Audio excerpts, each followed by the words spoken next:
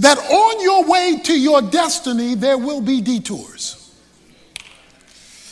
There will be places you didn't plan to go, people you never planned to meet, situations you never thought you would be in, even mistakes you never thought you'd make, predicaments that you never thought would be your problem,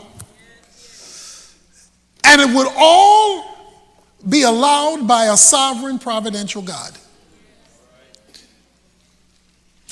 As long as you and I choose to live with a small God, the circumstances of life will dictate to us. But the moment you expand the meaning of God to this all-encompassing sovereign person where nothing gets to you unless it passes through his fingers first, then all of a sudden, you may not like the prison, the pit, the problem, the predicaments that you're in, but because you've attached them to God's sovereign plan, because you understand there is a blueprint in heaven with your name on it. And it is all designed to bring you to your destiny. Every believer, every Christian has a divine design for your life. It may be a little foggy right now, it may be a little clear. It may not have been totally manifested for any number of reasons. But nevertheless, you have one, and don't leave earth without it. Rarely, let's state it again, rarely does God take you from where you are to where he wants you to be in a straight line. Why? Why on your route to your divinely designed purpose for being, your destiny, does God bounce you around all over the place? Sometimes good, sometimes bad, sometimes ugly. Number one is to develop your character. He wants to make you a better person, and he never does that without test. Tests are adverse circumstances that God causes or allows in order to develop us spiritually. It's a test, and nobody gets away from them. You say, how long do I have to be in this test? Till you pass. Because God believes in retesting. But there is a second reason for the detours. And it is the reason of our message today. That God allows detours on his road to destiny in order to prepare those who he wants you to impact when you arrive at your destiny. Let me say it another way. Destiny always involves you benefiting others beyond yourself. Let me say that again. Your destiny isn't only about you. So if it's all about you and nobody but you, and the only three people on planet Earth is me, myself, and I, you have not yet arrived at your destiny. Or even if you've arrived at it, you won't know it. Because your destiny is never only about you. Look at chapter 50 of Genesis. The summary chapter we've used for this whole series. He says in verse 19, but Joseph said to them, do not be afraid, for I am in God's place. As for you, you meant it for evil against me, but God meant it for good, in order to bring about this present result, watch this, to preserve many people alive. So therefore, do not be afraid, I will provide. There's our word. I will provide for you and your little ones. So he comforted them and spoke kindly to them. He said, God brought me here to provide for you. Because your destiny is never only about you. He is carrying you to your destiny for you not only to be blessed, but for you to be a blessing. We've explained many times the definition of a blessing, because most people, or far too many people, are only getting half the definition. They want God to do something for them, not necessarily to do something through them. A blessing is experiencing, enjoying, and extending the goodness of God in your life. So if your blessing starts with you, it won't be there long. Because God is looking for conduits, not just cul-de-sacs. Places he can work through, not just people he can come to. Your destiny involves you. And the gifting, the calling, the purposes God has given you. But he wants you to understand it's not only about you. Because you're citizens of another country, of another kingdom, if you will.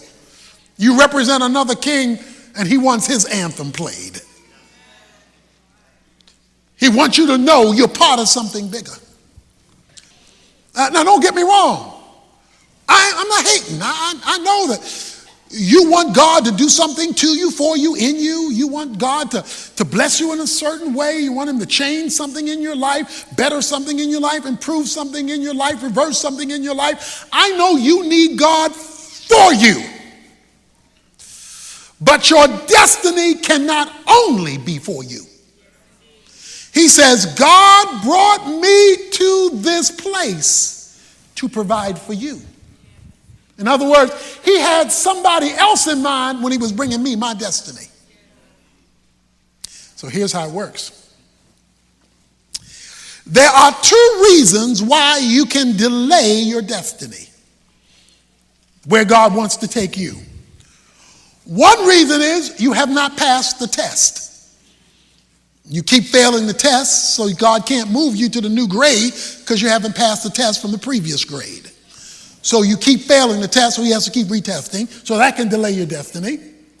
Or you're so selfish, I'm so selfish, we're so self-centered that he can't use us for the benefit of somebody other than us.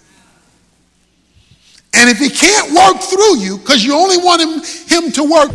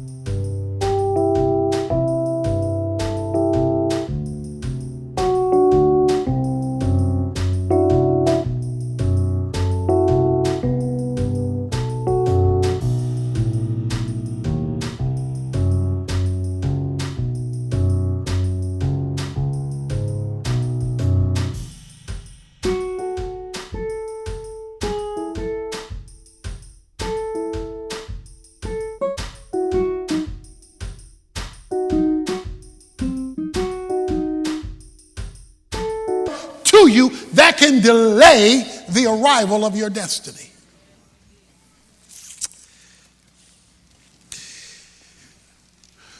James chapter 1 says, true religion manifests itself in ministry to others. Now, you have to understand God is always doing more than one thing at a time that involves you.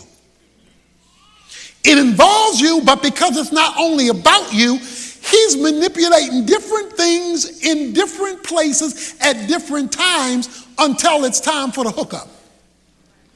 He's doing something over here that you don't know anything about.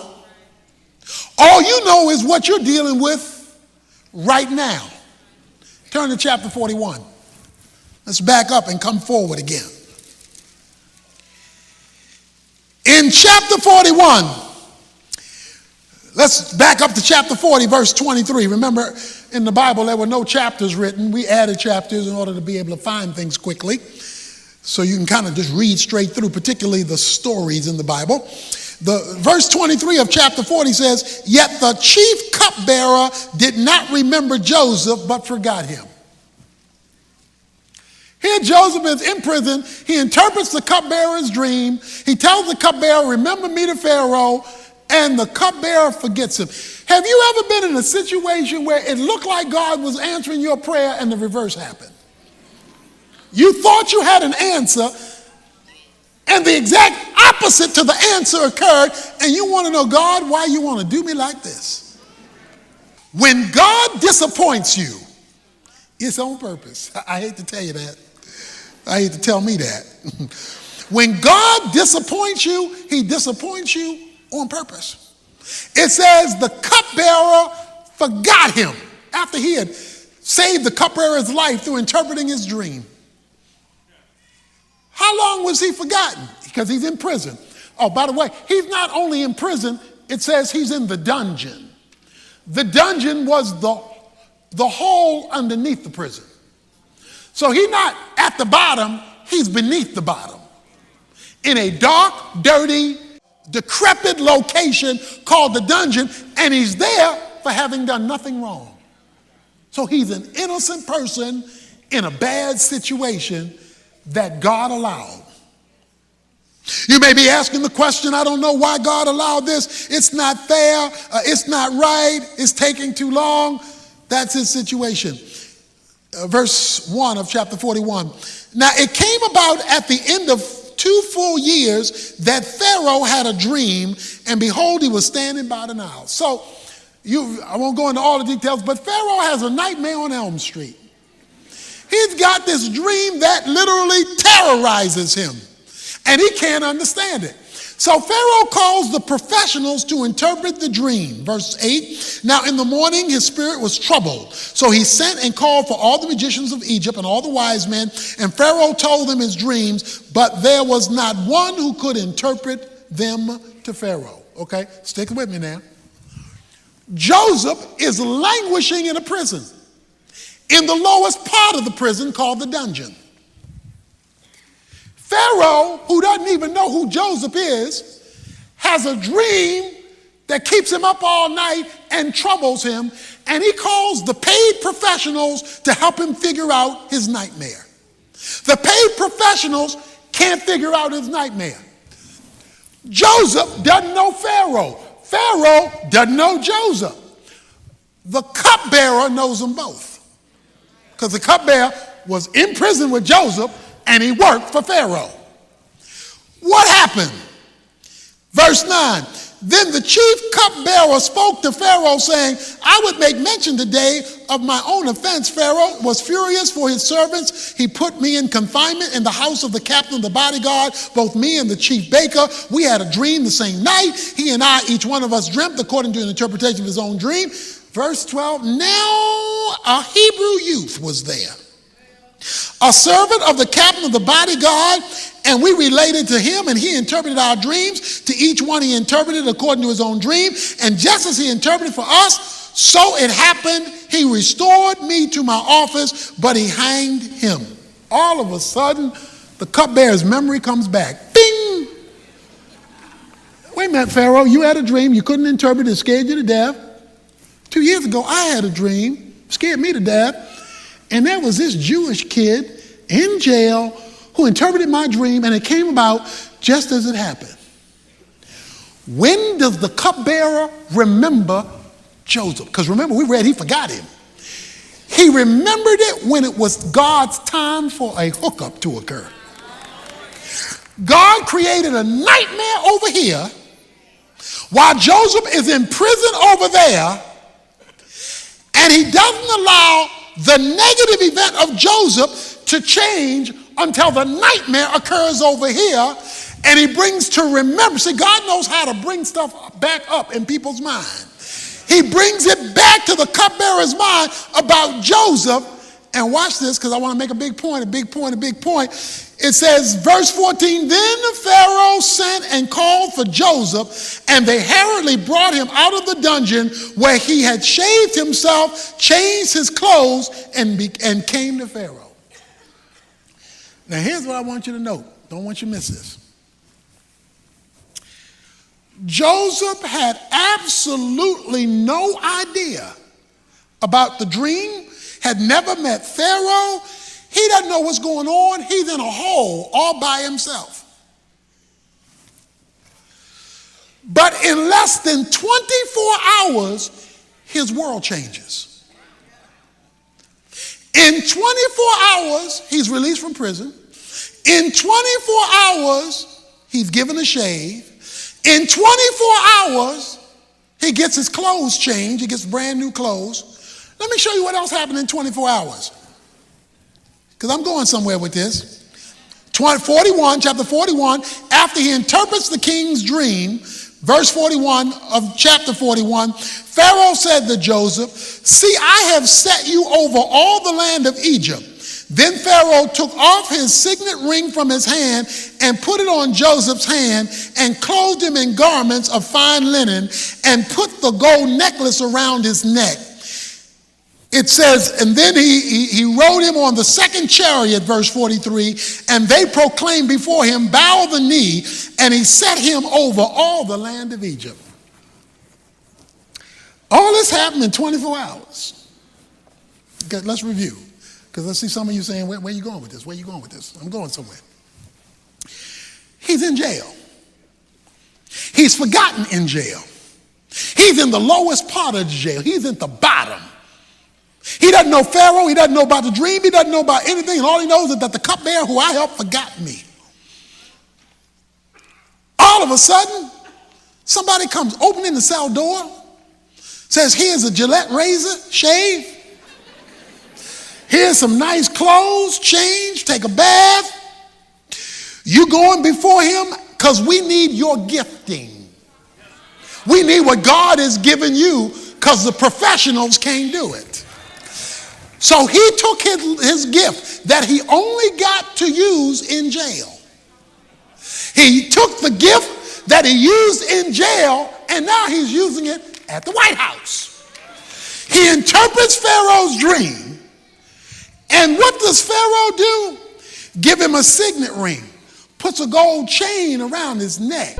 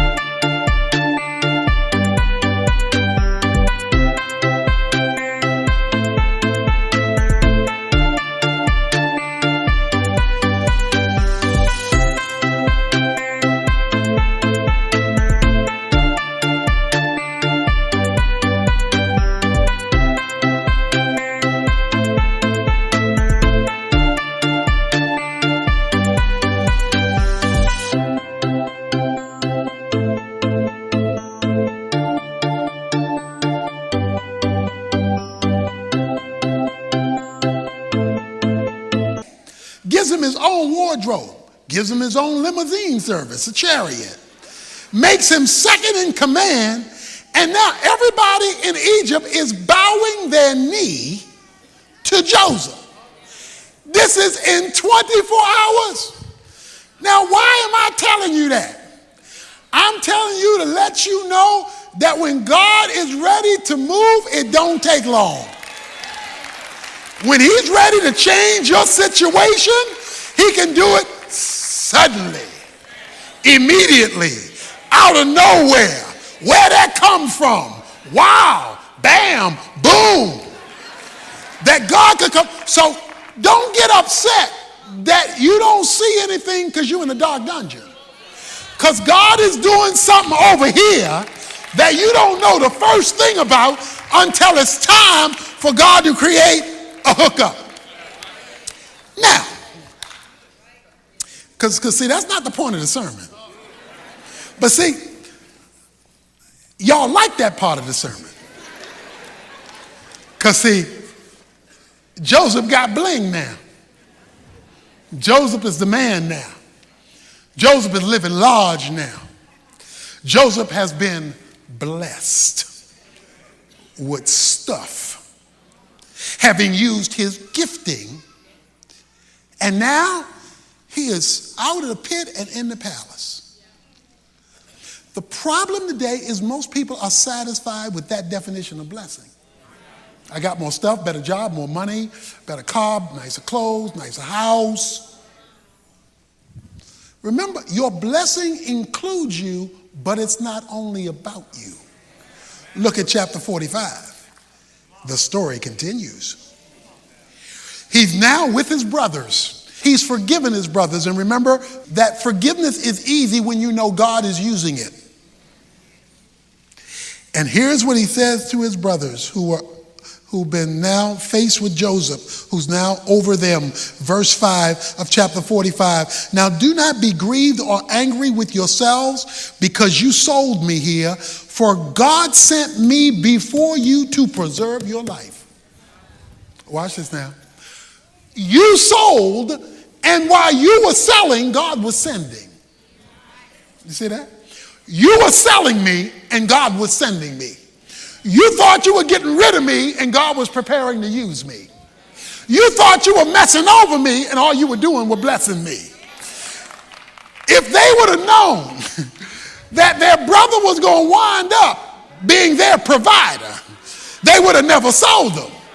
But God let them sell them so that God could send them in order to preserve them. He says God did this to preserve life. Verse 6, for the famine has been in the land these 2 years, and there are still 5 years in which there will neither be plowing or harvesting. Here it is. God sent me before you to preserve you, a remnant in the earth, and to keep you alive by a great deliverance.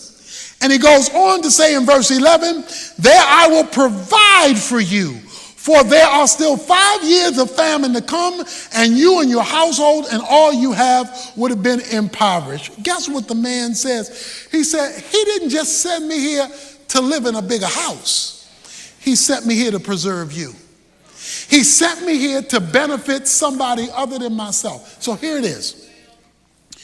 When God blesses you spiritually, that's the most important blessing.